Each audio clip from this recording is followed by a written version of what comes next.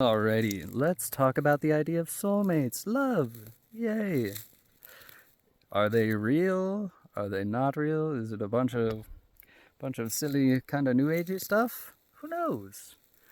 Nobody knows. I think it takes some mental gymnastics. Let's be real. Because the new agey people also say that they believe in non-duality. So it's kind of like, isn't the whole thing your soulmate? You know? That's all I'm getting at. I think Ram Dass had a bit on that too. Like we've all been around, you know, all it, like, you know. And then at the same time, here's the paradox: it is definitely real. But the reality of it comes where all of the reality comes from, which is you interacting with the thing.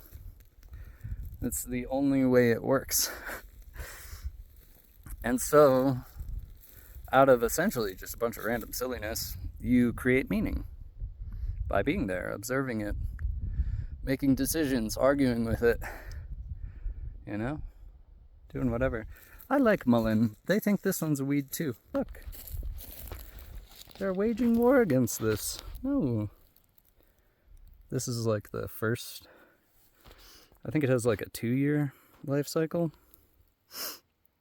And then they get tall and they have like buds on them that kind of look like cannabis, which is fun. This one's Native Americans use that as medicine, pretty sure. Never take my word for anything about plants. But I mean, check it out for sure. If you get one of the big ones, for sure, in a pinch, definitely good toilet paper. Pretty sturdy leaves. They're very soft. Look, the universe put toilet paper here for you. I guess. It's supposed to be good for your lungs. Maybe I should make some tea. That sounds nice. What am I on about? Who knows? Love you, bye. Okay, real quick, just for the sake of doing this responsibly, I am fairly certain this is Mullen. It does have a poisonous lookalike called foxglove. That one's supposed to have like 2, and they're slightly smoother. This one, to me, this just screams Mullen. I had to like kind of learn some shitty plant identification when I was out there waging war against weeds. Like, dandelions are food. All of the clovers fix nitrogen in the soil. And you get rid of them, and then you put nitrogen on it, because that makes sense, right? Okay, whatever. Sometimes it's fair, like, I guess Mullen has a long tap root, so if it's along, like, a levee, then I guess you have to get rid of it. I don't know. Apparently it makes the erosion worse, so sometimes it's fair. Weeds kind of exist, but they're mostly bullshit. If you have a yard, there's no such thing as a weed in your yard, I promise. That's not real.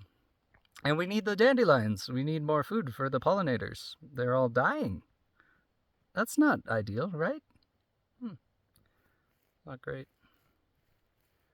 And you're just basically pissing through water, too. That's why I like around here. I'm somewhere in New Mexico.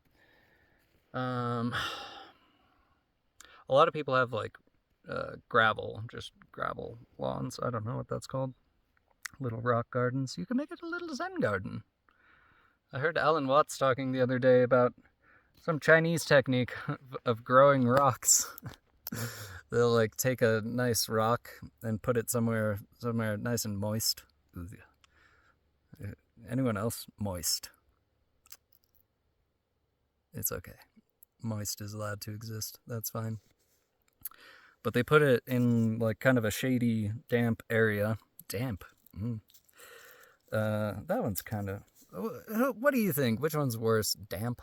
Moist? They're kind of equal. Really doesn't matter. Wow. They're like...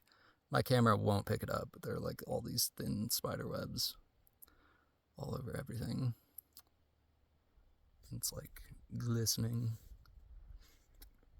But yeah, they like position the rock so that moss would grow on it. so that the rock would look super cool, and then take it and place it in their rock garden in the actual spot they had envisioned. Can you imagine how long that takes? Those guys were zen. Super zen. Good for them. There are more little fuzzy. Do you want to see the plants? Here. Look at these. Anyone know what that is? Huh. No.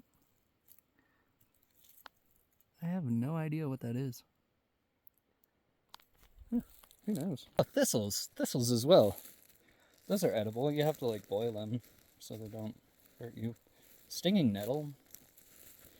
That's supposed to be really good for you. You have to boil that one too. I don't know. The plants are trying to help you, I promise.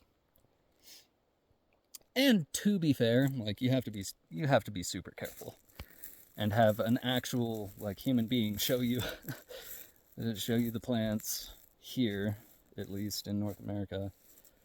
Like there are some that are definitely like a dandelion. Actually, people misidentify dandelions too, but luckily there doesn't seem to be anything that poisonous. They're just like way more bitter. If you get the dandelions that grow in the shade, I've noticed they're actually substantially less bitter if they're in a mostly shaded area.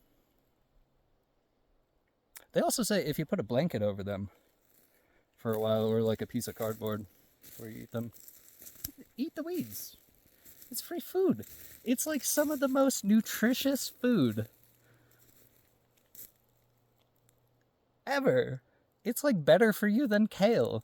You killed all your dandelions and went to the store to buy kale. Dandelions taste better than kale too, fight me. Make some dandelion chips. Fine. Maybe. Who knows? Yeah. Nature's fine. It's mostly not trying to kill you.